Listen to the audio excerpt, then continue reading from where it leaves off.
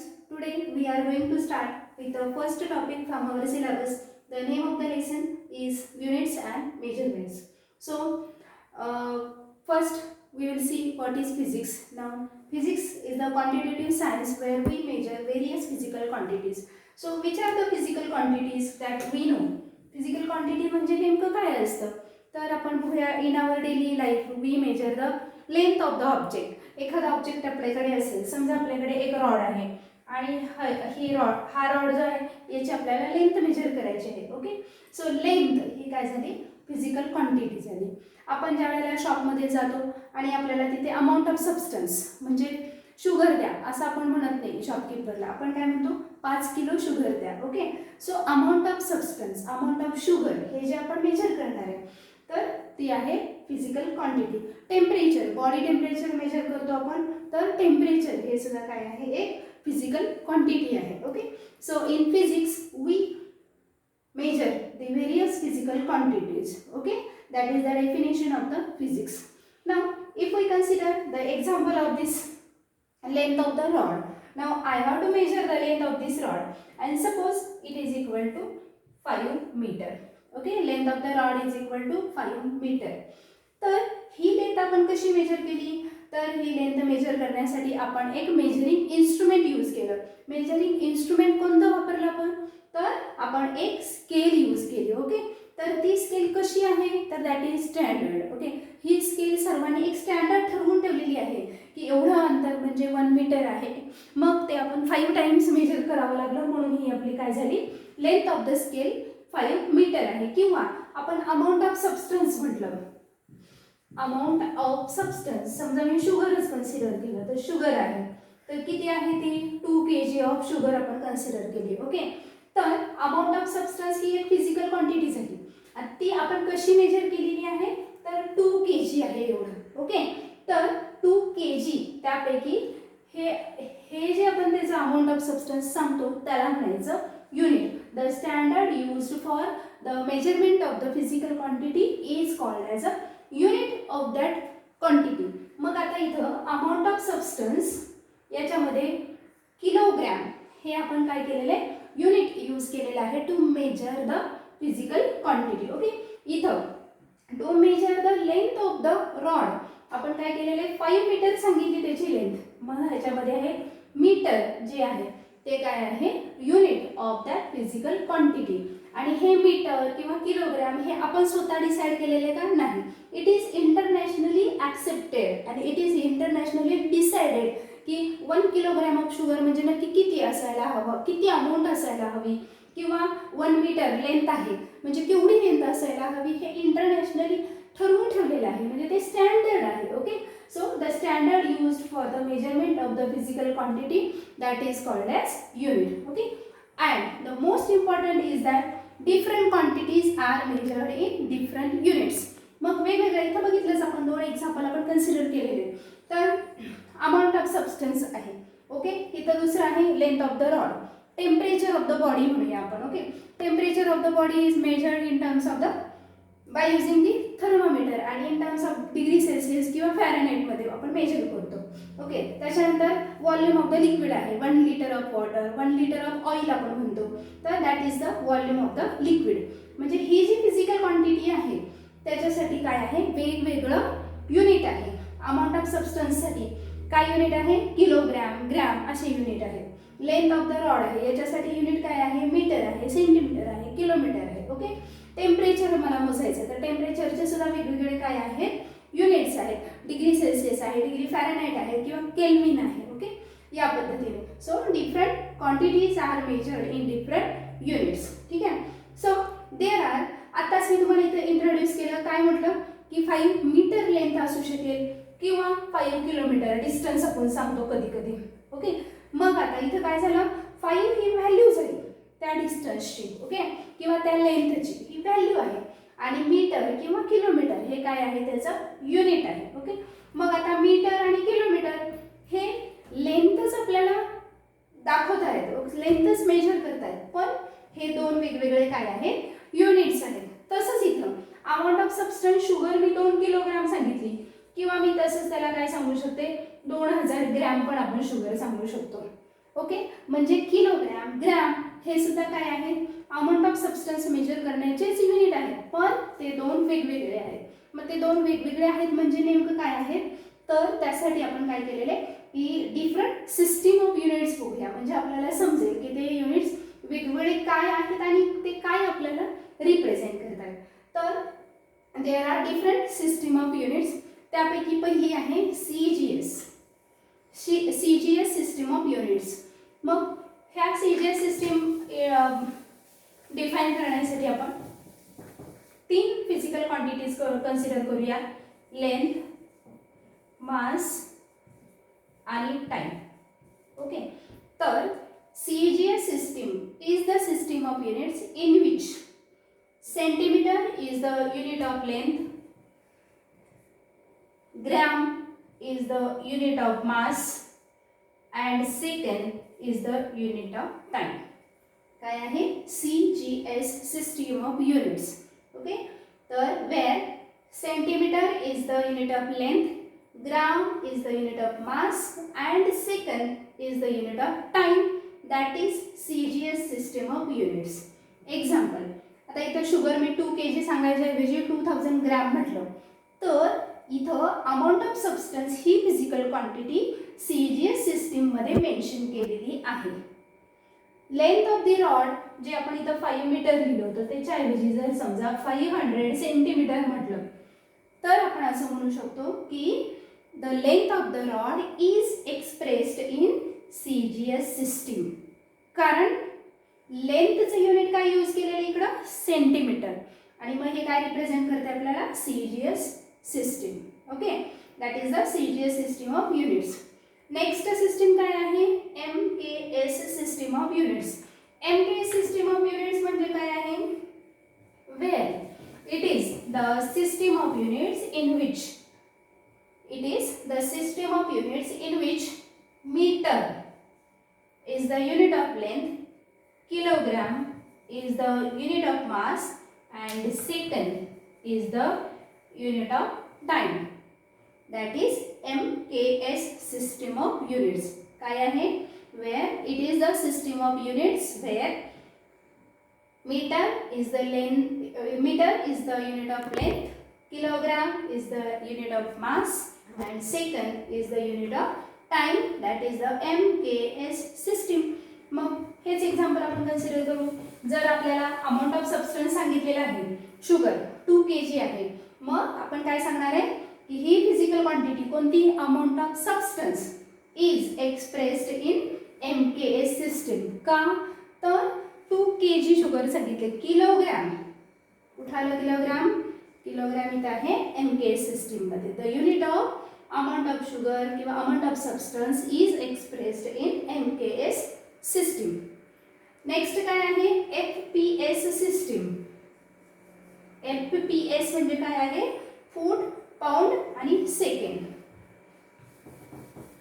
ही system आता आपण use नाही करत, पण काही ठिकाणी अजूनही काही लेंथ वगैरे ज्या असतात त्या फूटमध्ये एक्सप्रेस केल्या जातात. ओके, सो फूट, पाऊंड आणि second. So FPS. Okay, so it is the system of units in which foot is the unit of length, pound is the unit of mass and second is the unit of time, that is the FPS system of units. अजूनही काही ठिकाणी समजा आपली height आहे, तर ती height 5.2 फुटाची, 5 फूट 2 inch आहे किंवा अशा पद्धतीने एक्सप्रेस केली जाते. ओके, फूटमध्ये लेंथ मेजर केली जाते. पाऊंड, ज्या वेळेला छोट्याशा बाळाचं आपण वजन करतो दवाखान्यामध्ये वगैरे जाऊन, तर ते बाळ किती पाऊंड आहे हे आपल्याला डॉक्टर सांगतात, म्हणजे ते त्याचं मास केलं जातं. ओके, काही ठिकाणी अजूनही ही FPS सिस्टीम फॉलो केली जाते. Okay, so foot, pound, second, FPS system of units. Along with all these 3 systems, the another one system is there. It is SI system of units, that is the International System of Units. So ही जी international system of units आहे ही universally accepted आहे.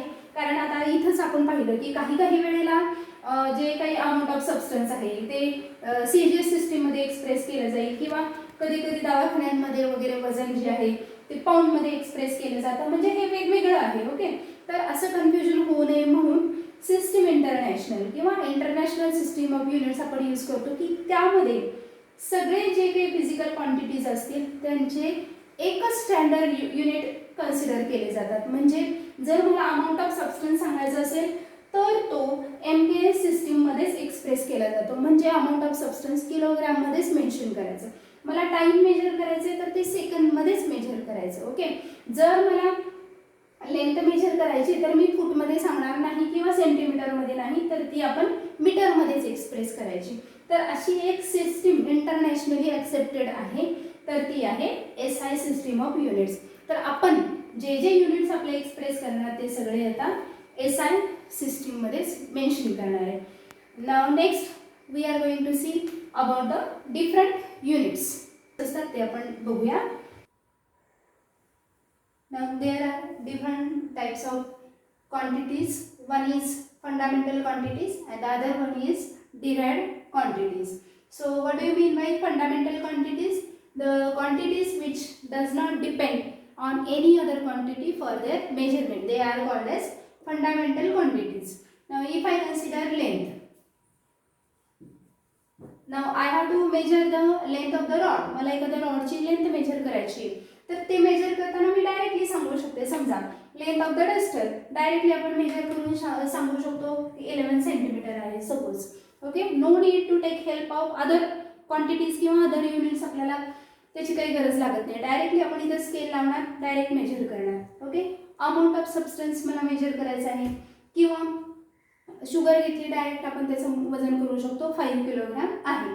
Temperature measure करायचं आपल्याला, direct thermometer घेतला तर लिक्विडचं समजा टेम्परेचर घ्यायचं आहे आपल्याला, तर डायरेक्ट आपल्याला त्याचं टेम्परेचर सांगता येईल ते टेम्परेचर किती आहे. Okay, so the fundamental quantities are the quantities which do not depend on any other quantities for their measurement. So length, mass, time, these are the fundamental quantities. Now what are the fundamental units? The units of the fundamental quantities are called as fundamental units. म्हणजे इथं आपण पाहिलं length ही झाली fundamental quantity, मग त्याचं जे unit आहे centimetre, ते काय झालं फंडामेंटल युनिट. मी टेम्परेचर मेजर केलं केल्विनमध्ये किंवा सेल्सिअसमध्ये, तर ते युनिट आहे केल्विन समजा म्हटलं आपण स्टँडर्ड, तर ते आहे फंडामेंटल युनिट. ओके, किलोग्रॅम समजा आपण किलोग्रॅम 5 किलोग्रॅम ऑफ शुगर म्हटलेले, तर त्यापैकी किलोग्रॅम हे सुद्धा काय झालं फंडामेंटल युनिट आहे. Okay, understood? What do you mean by fundamental quantities? The quantities which do not depend on any other quantity for their measurement. They are called as fundamental quantities. And the units of the fundamental quantities, they are called as fundamental units. There are 7 physical quantities. These are considered as fundamental quantities. कोणत्या आहेत त्या? तर 7 physical quantities आहेत की ज्या आपण fundamental quantities म्हणून consider केलेल्या आहेत. तर आपण बघूया कोणत्या आहेत त्या. तर फिजिकल क्वांटिटी कोणती आहे? Length, mass, time, temperature, electric current, luminous intensity and amount of substance.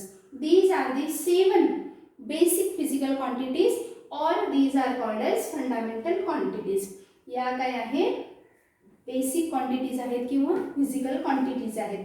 यांचे SI युनिट्स काय आहेत बघा, हे आपल्याला माहितीच आहे आपण.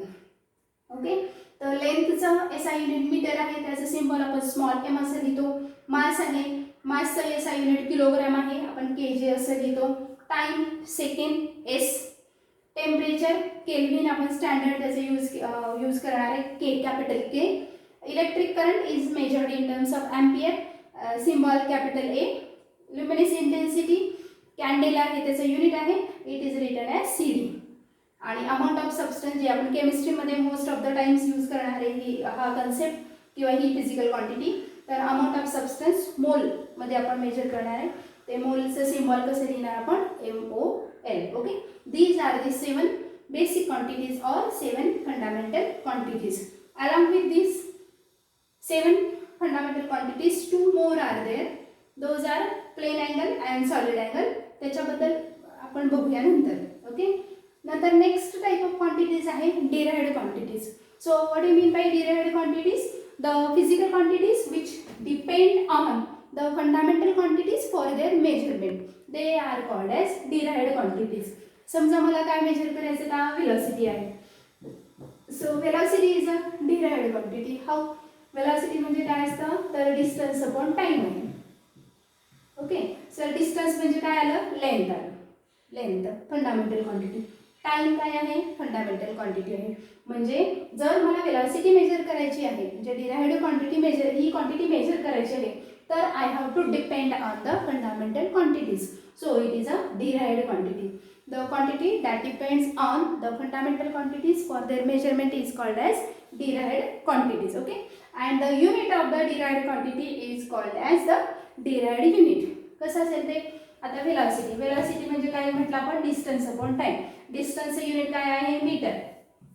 टाइमचं युनिट काय आलं सेकंड, तो मीटर पर सेकंड. वेलोसिटीचं युनिट काय झालं मीटर पर सेकंड आहे. ओके, मग आता हे जे युनिट आहे that is the derived unit. कारण हे लेंथ आणि टाइम या दोघांच्या मीटर युनिटचं कॉम्बिनेशन आहे, त्यांच्यापासून डिराइव्ह केलेलं आहे. Okay, derived unit. नेक्स्ट आपण कोणती फिजिकल क्वांटिटी कन्सिडर करूया, व्हॉल्यूम कन्सिडर करू. व्हॉल्यूम इज इक्वल टू काय आहे L cube, length cube. Area आहे समजा, तो एरिया कसा असेल मीटर स्क्वेअर म्हणतो आपण. एरियाचं युनिट काय आहे मीटर स्क्वेअर. व्हॉल्यूमचं मीटर क्यूब असेल. ओके, तर मीटर स्क्वेअर काय झालं metre into metre. Now, along with the fundamental units, there are two supplementary units. One is plane angle and another is solid angle. Now, how we can define the plane angle? जसं आपण angle measure करणार आहे तो आपला काय आहे plane angle आहे. Okay. So, what is plane angle? It is the angle subtended by the arc at the center of the circle. म्हणजे जर समजा आपण हे एक सर्कल कन्सिडर केलेलं आहे, इथून सेंटर आहे आणि या पद्धतीने हा जो अँगल झाला डी थीटा तो आपला काय आहे प्लेन अँगल आहे. Okay, angle subtended by the arc. ही आर्क झाली. ओके, समजा आपण ही आर्क डी एस कन्सिडर केली, रेडियस आर एवढं आहे आपण कन्सिडर केलं तर D S upon R. So D theta आपण कसं लिहू शकतो इथं D S upon R. So angle subtended by the arc at the centre of the circle that is called as plane angle. The unit for this is radian. आणि how we can write this radian? तर जे पण angle आपला असेल theta आणि इथे त्याच्या डोक्यावर सी हे सिम्बॉल लिहिणार आपण म्हणजे रेडियन. थीटा रेडियन अशा पद्धतीने तो अँगल झाला प्लेन अँगल. त्याच्यानंतर नेक्स्ट सप्लिमेंटरी युनिट आहे solid angle. Solid angle D omega.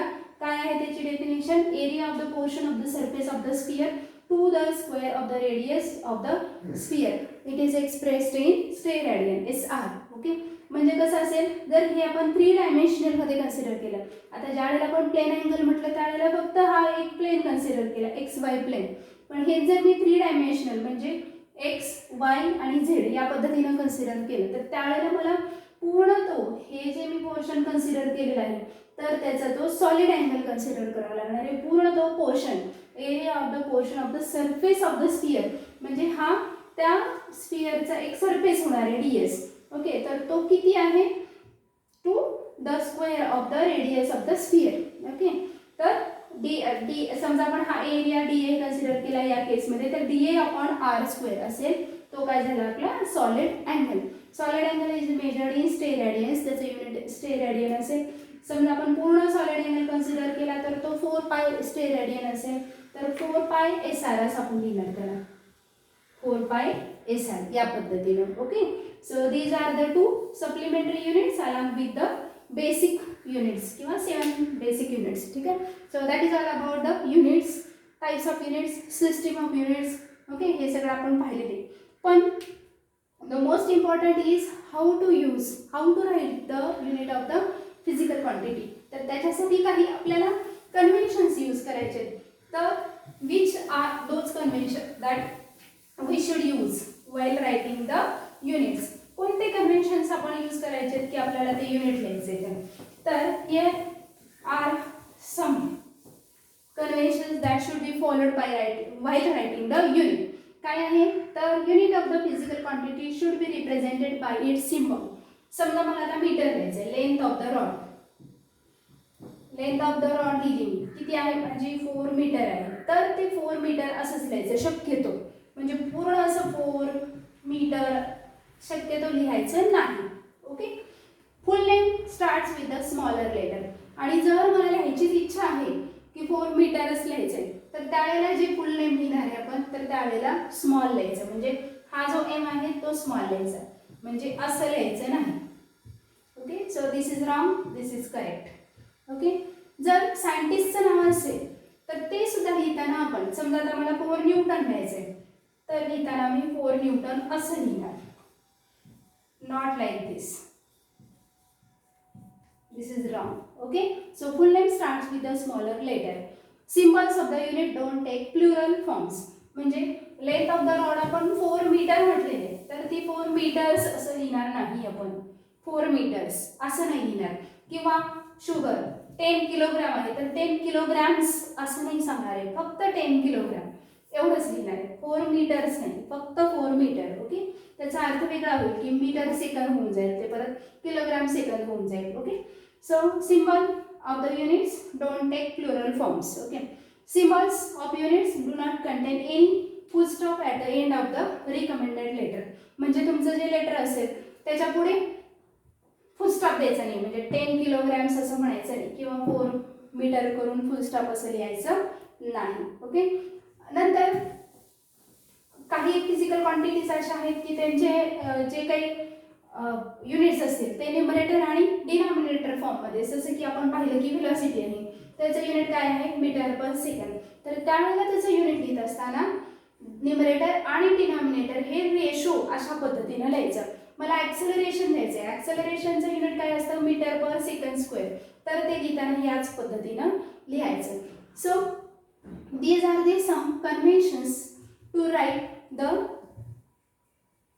Unit of the given physical quantity. Okay.